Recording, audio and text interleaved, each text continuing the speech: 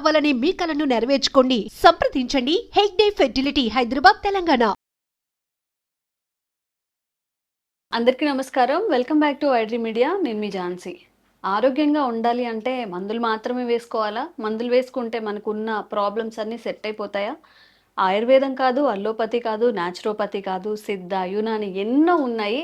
Medication త్రూనే మన ఆరోగ్యాన్ని మనం కంట్రోల్లో చేసుకోగలమా? ఆరోగ్యంగా ఉండగలమా? లేదా ఇంకేమైనా మెథడ్స్ ఉంటాయా? ఈరోజు తెలుసుకుందాము. ఆరోగ్యంగా ఉండాలి, అలాగే మానసిక ప్రశాంతతగా ఉండాలి అనుకుంటున్న వాళ్ళందరికీ కూడా ఈ వీడియో గొప్ప కనువిప్పు కలిగించే ప్రయత్నం చేస్తున్నాము. తప్పకుండా ఎండ్ వరకు చూసే ప్రయత్నం చేయండి. ప్రస్తుతం మనం ట్రెడిషనల్ హీలర్ ఇంకా హెర్బలిస్ట్, ఆయుర్వేద వైద్యంలో తనకంటూ ఒక మార్క్ సృష్టించుకున్న ఆంజనేయరాజు గారితో ఉన్నాము. నమస్తే సార్. నమస్కారం అమ్మా. సార్, నిజంగా మా ఆడియన్స్ అందరి తరపున నేను ప్రతి వీడియో కింద కామెంట్స్ చెక్ చేస్తూనే ఉంటాను. సార్, మనం ఎన్ని చేసినా సార్ దీనికి పెట్టండి సార్, నేను మీరు చెప్పిన రెమెడీ ట్రై చేశాను సార్, నాకు బాగా పనికొచ్చింది అని చెప్పి ఇలా దండం పెట్టడం, థ్యాంక్ యూ సార్ అని చెప్పి వాళ్ళు చెప్పే ఆ చదువుతుంటేనే వాళ్ళకున్న డిసీజ్ తగ్గడం వల్ల వాళ్ళు మీ మీద ఎంత కృతజ్ఞత చెప్తున్నారో నాకు అర్థమవుతుంది. ఓన్లీ వీడియోస్ చేస్తున్నాం, అప్లోడ్ చేస్తున్నాం ఇలా కాకుండా అది వాళ్ళకి యూజ్ అవుతుంది.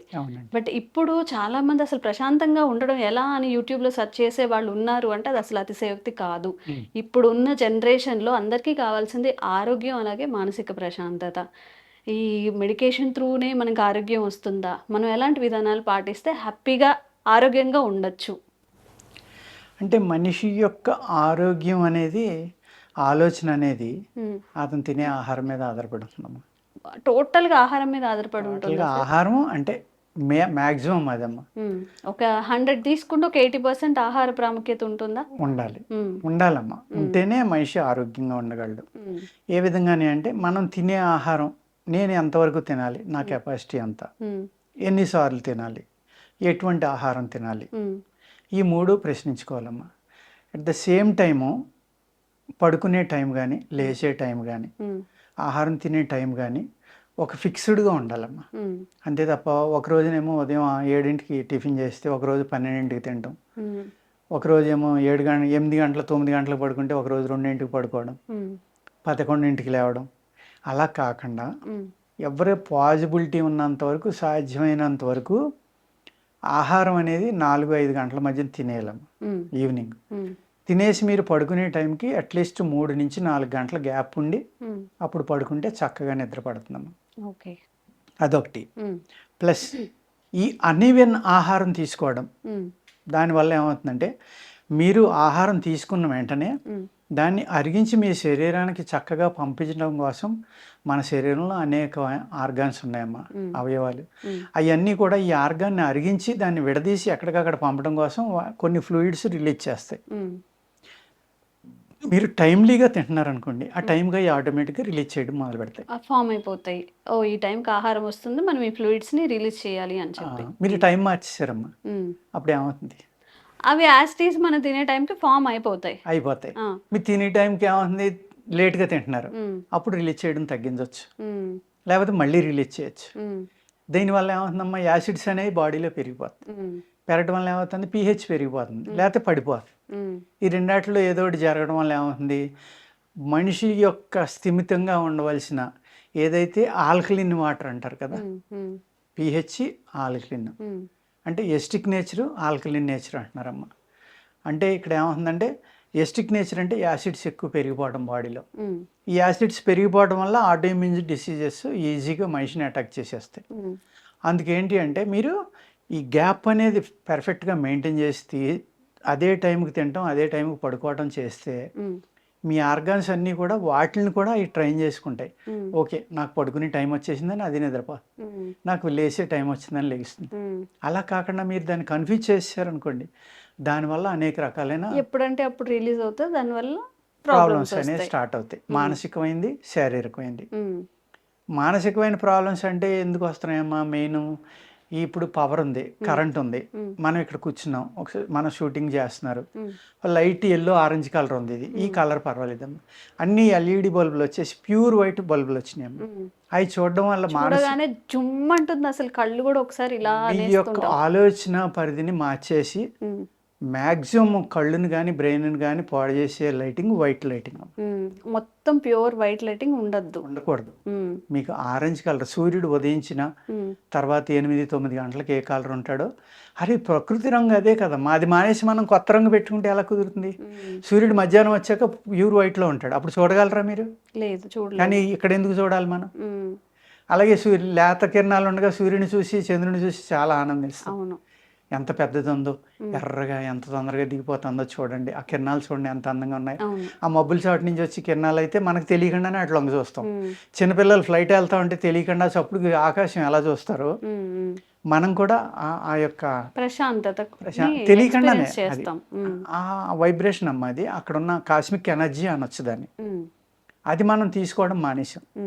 ఇప్పుడు మీరు సిటీలో ఉన్నారమ్మా, అదే మీ ఊరు గురించి మాట్లాడుతున్నారు. మీ ఇంటికి వెళ్ళిపోయిన తర్వాత బయట మంచం వేసుకుని వేసవికాలం ఎలగెత్తలో పడుకోండి, ఎన్ని లక్షల నక్షత్రాలు చూస్తారు. అదే సిటీలో పడుకోండి బయటకి, ఒక నక్షత్రం. ఎందుకంటే ఈ లైటింగ్ దాన్ని డామినేట్ చేస్తుంది కాబట్టి కనపడదు. ఆ ఆనందం కానీ ఆ తదమత్వం కానీ ఇక్కడ రాదమ్మా. ఆ విధమైన ఆలోచన. నెక్స్ట్ ఏంటంటే మనం ఎప్పుడు పడుకోవాలి ఎప్పుడు లెగాలి అనేది ఎవరో పాటించట్లేదమ్మా.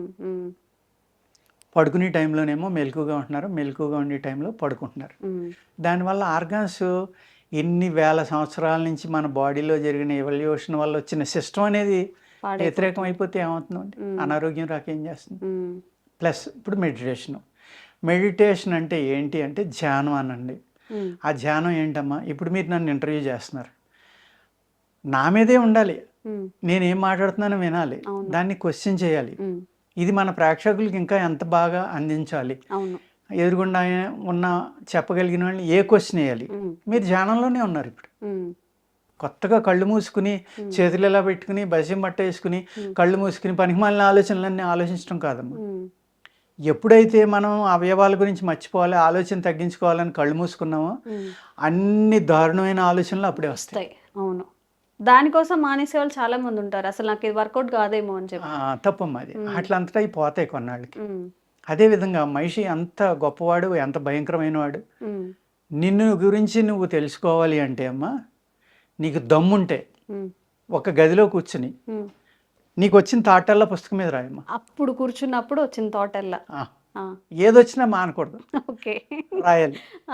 రాసి అది ఒకసారి చదువమ్మా. నేను ఎంత దారుణంగా ఉన్నానో తెలుస్తుందేమో ఆ వీడియో రాయడం. ఈ ఆలోచనలు ఎంత భయంకరంగా ఉన్నాయి, నేను ఎలా ఆలోచిస్తున్నావు, నువ్వు ఎంత మంచి ఉన్నాయా, క్రూరమైనవి ఉన్నాయా, చెడు ఉన్నాయి, అన్నీ నీకు తెలిసిపోను. నువ్వేంటో అనేది అర్థం అవ్వాలంటే ఒంటరిగా కూర్చుని వచ్చిందల్లా పేపర్ మీద రాసి చదువుకోమ్మా. చదివి ధైర్యం కూడా ఉండదు నీకు అప్పుడు. అయ్యో, ఎందుకు సార్ అంత దారుణమైన థాట్స్? దారుణంగా ఉంది. మీరు రాసి నెక్స్ట్ వీడియో వచ్చినప్పుడు నాకు నెక్స్ట్ ఇంటర్వ్యూకి చెప్పండి. నేను రాస్తా సార్. ఓకే, రాసి నాకు చెప్పండి మీరు ఏం రాశారు. అదేవిధంగా ఇప్పుడు ఒక సానియా మిర్జా ఉందమ్మా, ఒక సింధు ఉంది, లేకపోతే ఇంకొక అమ్మాయి ఉంది, ఇంకొకళ్ళు ఉన్నారు, లేకపోతే కోహ్లీ ఉన్నాడు. వాళ్ళు ఒక సానియా మిర్జా గేమ్ ఆడేటప్పుడు ఒక 5,000 మంది 10,000 మంది ఉన్నారు. వాళ్ళు అరుస్తూ ఉంటారు, తప్పట్లు కొడుతూ ఉంటారు, ఏయో కామెంట్లు చేస్తూ ఉంటారు. అవి తనకి వినపడవు. ధ్యానం ఎక్కడుంది? అక్కడ పూర్తి ధ్యానం మీద ఉంది. ఎక్కడ? ఎదుటి వాళ్ళ బ్యాట్, ఎదుటి వాళ్ళ మూమెంట్, ఎదుటి వచ్చి బాల్. అది తప్ప అమ్మాయికి రెండోది కనపడదమ్మా, వినపడదు. ఎందు అంటే ఓడిపోతుంది గ్యారంటీగా. ధ్యానం అంటే కళ్ళు మూసుకుని దేవుణ్ణి ప్రార్థించడం, లేకపోతే గుళ్ళోకి వెళ్ళి కూర్చోవటం, అది కాదమ్మా. మనం చేసి పని పెర్ఫెక్ట్గా చేయటం అనేది ధ్యానం. జన్ ఫిలాసఫీలో అదే ఉంటుంది. అంటే నేను ఊరికే అందరూ జన్ అంటారు కాబట్టి చెప్తున్నాను. అతను దోళ్ళను కాసుకుంటా ఉంటాడు. ఒక గురువు శిష్యులు అడుగుతారు, మేము అన్నీ నేర్చుకున్నాం కదా, ఇంకా ఏం నేర్చుకోవాలి అంటే, ఓకే నేర్చుకున్నానని నువ్వు అనుకుంటున్నావు కదా, నా దగ్గర ఇంతవరకునే ఉంది, ఇంతవరకు నువ్వు నేర్చుకున్నావు నా దగ్గర, నువ్వు పలానా ఆయన దగ్గరికి వెళ్ళు, ఆయన దగ్గర ఏమన్నా నేర్చుకో, ఆయన ఏం చెప్తే అది చెయ్యి, ఆయన ఏమీ అడక్కు అని పంపిస్తాడు. వీడు వెళ్తాడు, ఆయన దోళ్ళను కాసుకుంటూ ఉంటాడు. పొద్దుట లేస్తాడు, దోళ్ళ నిప్పుకుంటాడు, ఆ పేడగాళ్ళు అన్నీ తీస్తాడు, వాటిని తోలుకెళ్తాడు, మేపుతాడు, తీసుకొస్తాడు, పాలు పితుకుతాడు, అయ్యా పనులన్నీ చేస్తూ ఉంటాడు, మళ్ళీ తింటూ ఉంటాడు, కూర్చుంటాడు.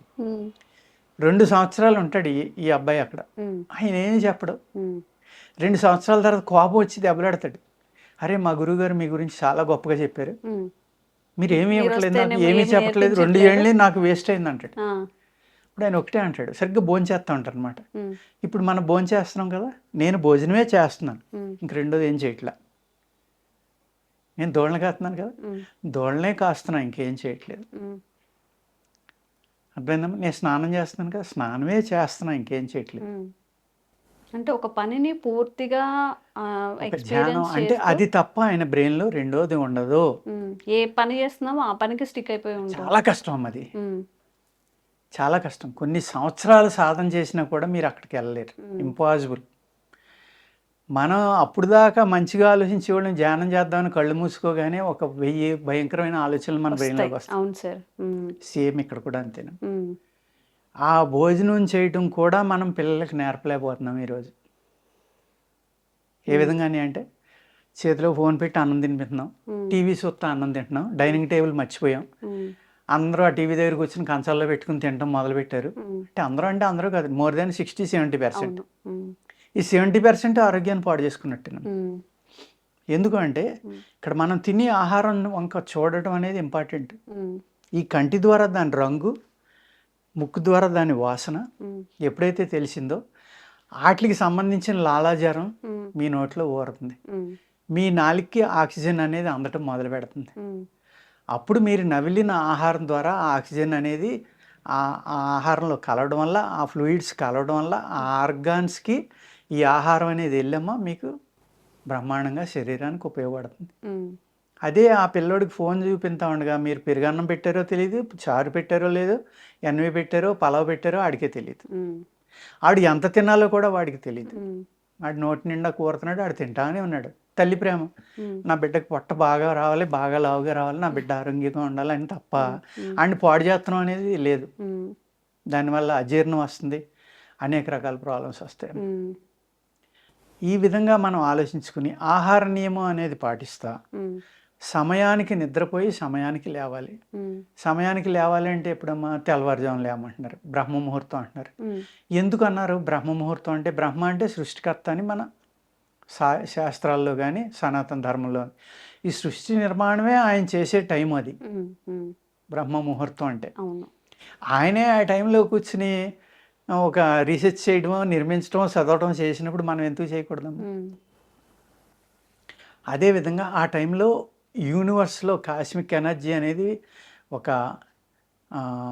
ఈ మ్యాగ్నెటిక్ ఫీల్డ్స్ అనేవి ఇవన్నీ కూడా భూమి మీదకి వచ్చే టైం అమ్మ అది. సార్, బ్రహ్మ ముహూర్తం అనేది ఆరోగ్యం మీద కూడా ప్రభావం చూపిస్తుంది. మామూలుగా కాదమ్మా, అద్భుతమైన తేడా ఉంది.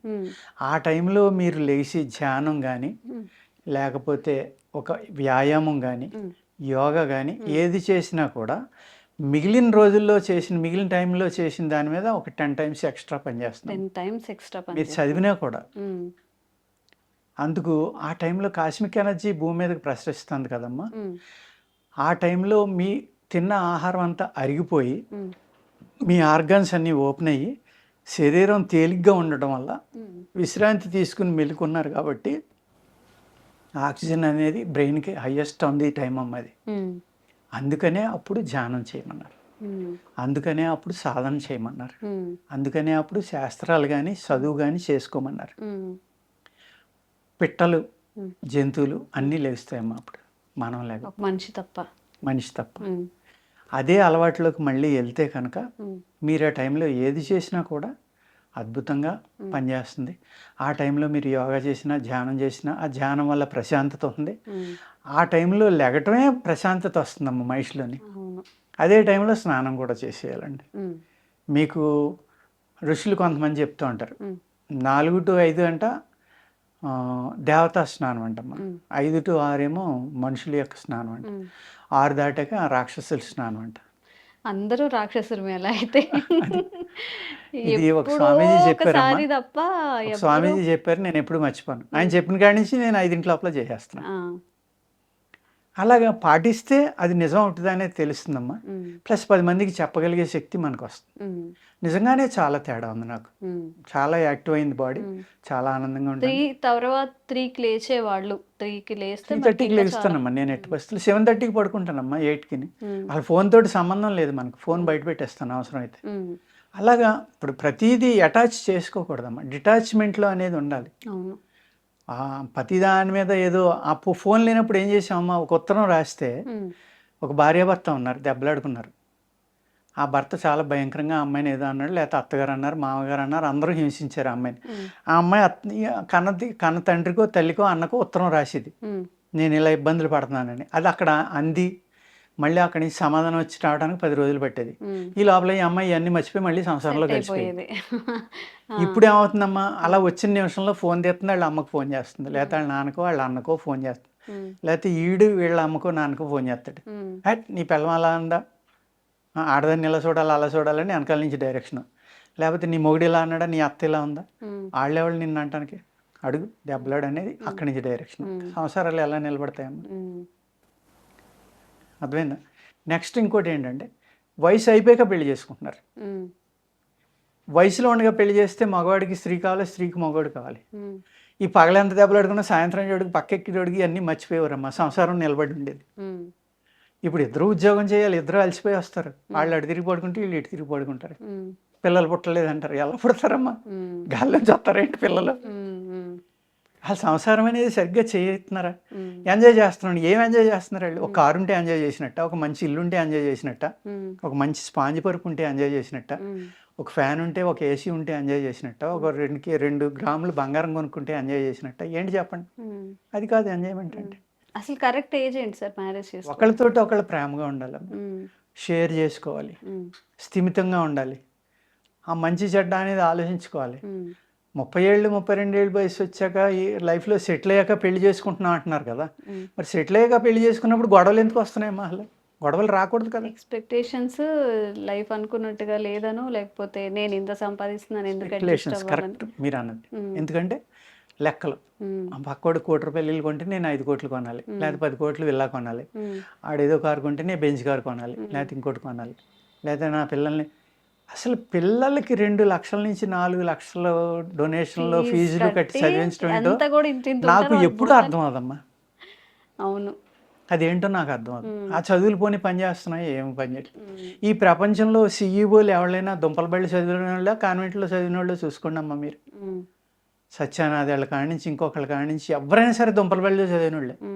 మరి వాళ్ళు సీఈఓలు ఎలాగయ్యారు వరల్డ్లో బిగ్గెస్ట్ కంపెనీస్కి? మరి కాన్వెంట్లోని గొప్ప ఇంగ్లీషుని గొప్ప గొప్ప ఎడ్యుకేషన్ చదివిన వాళ్ళు అలా ఎందుకు తయారయ్యారు? అక్కడే మనకు తెలిసిపోతుంది కదా.